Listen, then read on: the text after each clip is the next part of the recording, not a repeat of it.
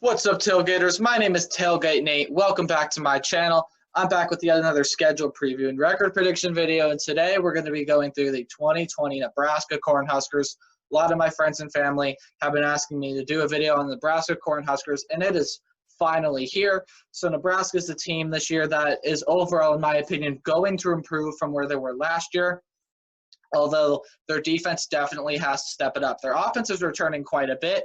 The defense needs a lot of work, though. Defense, in my opinion, is going to be led by cornerback DiCaprio Bootle. Had a pretty decent season last year and just needs guys around him to step up. Defensive line, linebackers need question. I think the back four is pretty good for the Cornhuskers. And then you look over there on offense, of course, returning quarterback Adrian Martinez. I expect him to have a pretty breakout season. Dedrick Mills is going to be there at running back after Maurice Washington left the team.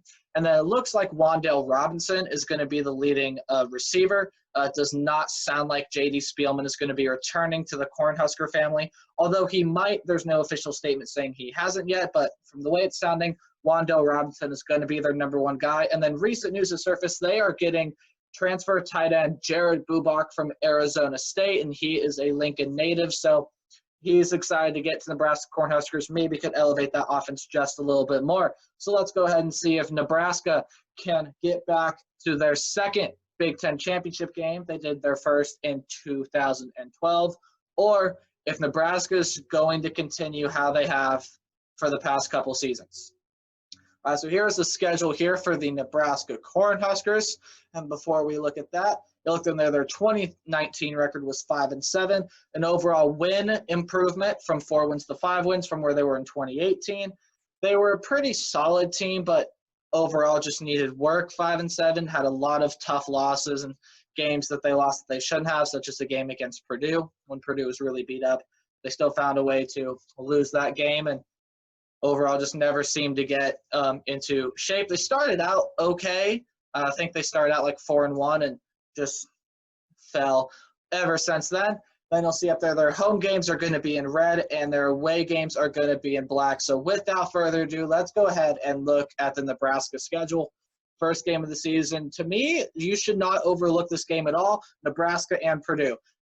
As I've talked about in other Big Ten videos, Purdue is returning a lot. Jack Plummer, their quarterback, is coming back.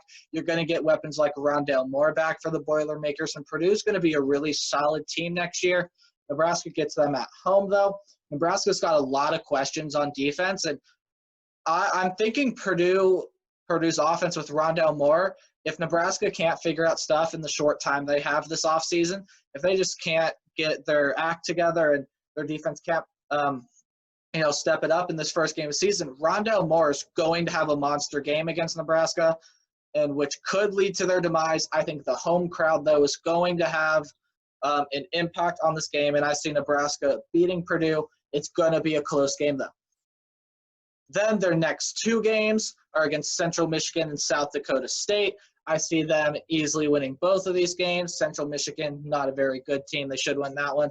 South Dakota State is one of the better FCS teams and maybe could give Nebraska a little bit of a challenge, but overall I see Nebraska being able to beat South Dakota State. Then you have a really interesting game. It's a home game for the Cornhuskers, but they're going to be playing the Cincinnati Bearcats. So I did Cincinnati not too long ago, and I talked about this game just a little bit in that video, and it's a really interesting game because to me Cincinnati is overall the better team, but they get them at home, and Nebraska probably has a couple more spots on defense figured out by this point. Their offense, I'm sure, is going with Wan'Dale Robinson and Dedrick Mills, of course Adrian Martinez there as well. Cincinnati is getting offensive weapons back as well. Desmond Ridder is coming back at quarterback. Michael Warren, their running back, is coming back. And to me, they have an overall better defense than Nebraska. Cincinnati, of course, is coached by Luke Fickell, who was an old defensive coordinator at Ohio State. So he knows how to work a defense. Cincinnati's defense has been good for the past couple of years. So this one, I could see going either way. To me, Cincinnati's a better team, but the home crowd will have an impact for the Nebraska Cornhuskers. I believe if Nebraska's defense can play up to standards, they're going to be able to pull this one out. But for right now, it's really up in the air for me. Then they get a road game against Northwestern. So Nebraska has had some trouble with Northwestern in the past. They've always been some really close competitive games. This year, it might be a little bit more competitive than it has been. Yes, I just said it's been competitive, but this year, Northwestern is getting transfer quarterback from Indiana, Peyton Ramsey.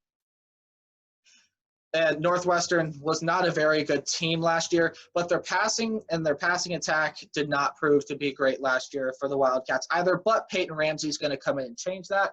The overall talent surrounding Northwestern is not all that great besides Peyton Ramsey, but the game is on the road. I would not overwrite this if I was a Cornhusker fan. So I am going to go ahead and say that Nebraska is going to win this one just because I feel like Nebraska's offense is a little bit better. I think it's going to be a fairly high-scoring game, though. Nebraska should watch out for the Wildcats on the road. Then they get a home game against Illinois, and Illinois is a team that's still improving. They have Brandon Peters there at quarterback and lots of guys out there on wide receiver that can really make a difference, but just like Nebraska, Illinois' defense is not all that great. So this game is probably going to be more of a high-scoring game as well. I believe that Nebraska has a lot of pieces in place figured out by this point, so I'm going to give Nebraska the win here against the Fighting Illini. Then they get their bye week, and again, just like a lot of other teams I've covered, this is a fairly decent spot for a bye week. It's right in the middle of the schedule, play 6 games, you get a rest, then 6 more games, but you'd like to have it a week, 2 weeks, 3 weeks later, just because of how brutal the schedule gets at the end, and we'll look into that in a minute. So after their bye week, they're going to play a road game against the Rutgers Scarlet Knights. Rutgers is getting Greg Schiano back at head coach. The reason I say back is when Rutgers was still a part of the Big East, when that was still a conference in the FBS for college football.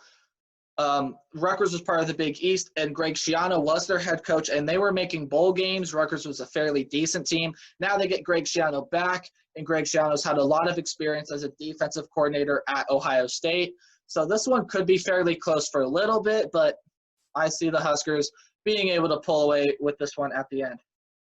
So now we've covered their first 7 games, and there are some interesting games they got to watch out for. But when you look at the back half of the schedule, especially the last 5 games, it is absolutely brutal. The Huskers easily could lose all 5 of these games. It is a brutal 5 games, and it starts off with Ohio State. Ohio State, to me, is the best team in the Big Ten by a long mile. The Huskers have to play Ohio State on the road, and I'm sorry, Husker fans, but there is no way you're beating Ohio State. Ohio State's just got way too much talent, and Nebraska's defense just does not have enough talent to slow down Justin Fields and transfer running back Trey Sermon, especially with the weapons Ohio State has on wide receiver. There's no way the Huskers are winning this one. Then they get a home game against Penn State. I've heard a couple people, I live in Nebraska, so I'm surrounded by Husker fans. I've heard a couple people say that maybe Nebraska has a shot at beating Penn State, and maybe, if Penn State can't really seem to get their stuff together and Penn State just has a down year this year, maybe they have a shot. But right now, again, like Ohio State, Penn State is far and away way more talented than the Cornhuskers are. Maybe they can pull off an upset if Nebraska is better than we all think they're going to be this year. But I just don't see it. I'm going to give Penn State the win here against the Cornhuskers. Again, it's a home game for the Cornhuskers, so maybe they have a shot, but I don't see it. Then they get a road game against Iowa.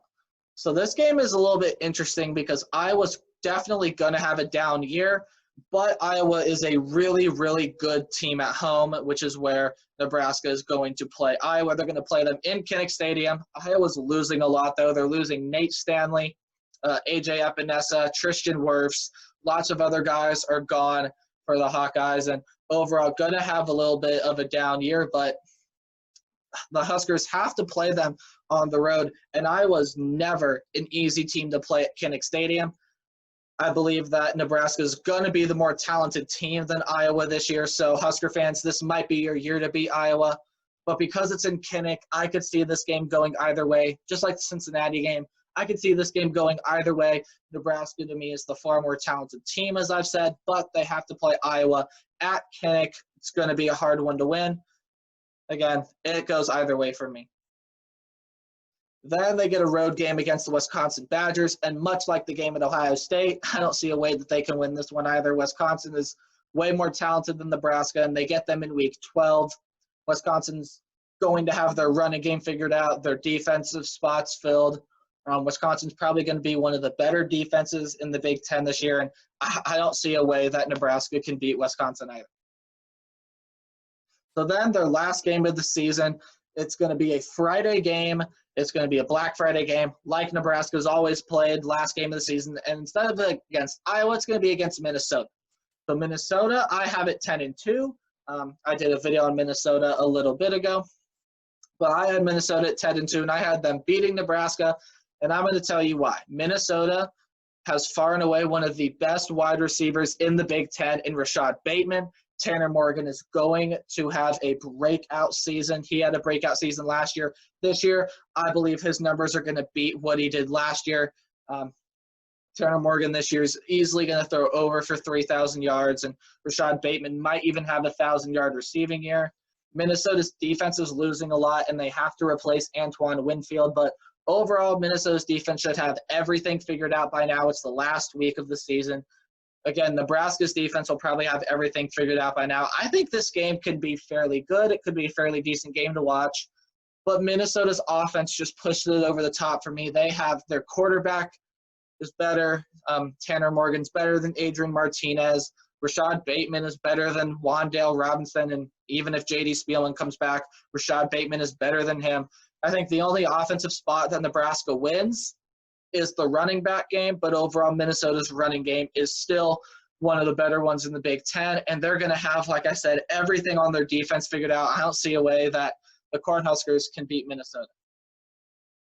All right, so now with everything being said and considered for the Nebraska Cornhuskers, I have them going 7-5, and maybe I would have them maybe going 8-4, 9-3, but their schedule is brutal. Cincinnati in the non-conference, it's going to be a hard game. It's going to be a fun game to watch. Then they get some tricky road games like on the road to Iowa, on the road at Northwestern, and overall just some plain hard road games like on the road to Ohio State and Wisconsin. Not to mention their other crossover game from the East is against Penn State, which is the second best team in the Big Ten East, of course, behind Ohio State. And you get Purdue first game. I mean, there are just so many spots Nebraska could slip up on the schedule. And I'm not saying Nebraska has bad talent. They have some pretty good talent, but their schedule is just hard, and they're facing some teams that really could give them a surprise. So now let's move on to the record range, and what this is I take this team's worst case scenario and I put it up with their best case scenario, and this is kind of where I expect the team to be this year. So worst case scenario I have for the Huskers is 4-8. Again, if losing J.D. Spielman is going to be a big hit and Wan'Dale Robinson cannot play up to standards and their defense can just never figure things out, 4-8 is where I have the Huskers. And to me, the only 4 wins that they're going to have are Central Michigan, South Dakota State, Illinois, and Rutgers. These are the only 4 wins I can see them having if things just do not pan out for the Cornhuskers, and maybe they can go worse than 4-8, but I just think Nebraska's got too much offensive talent to do that. So let's move on to their best case scenario, which I have at 9-3. So I have them losing 3 games to Ohio State, Penn State, Wisconsin in this scenario, but I really could see them beating Iowa on the road. Like I said, Iowa's going to have a down year. They do not have as much talent as they have had in previous years. And then at home against Minnesota, they could win that one. To me, they just won't. But in this best-case scenario, Nebraska's got everything figured out, and they could shock Minnesota at home in what I'm going to call an upset at this point, because I feel like Minnesota's going to be one of the better teams in the Big Ten next year. I could see them beating that again. Cincinnati is the 50-50 game for me. If Nebraska comes out of the gate storming against Purdue, I think the Huskers are going to be a team you're going to need to watch out for. But my current prediction for the 2020 Nebraska Cornhuskers is 7-5. So that's going to do it for my schedule preview and record prediction for the Nebraska Cornhuskers. If you guys enjoyed, please leave a like. Also consider subscribing if you're brand new to the channel or just enjoy my content. If you haven't done so already, please do leave a comment down below. I would love to hear your thoughts on the Nebraska Cornhuskers. And as always, until next time, remember, play hard, but tailgate harder. I'll see y'all in the next video. Goodbye.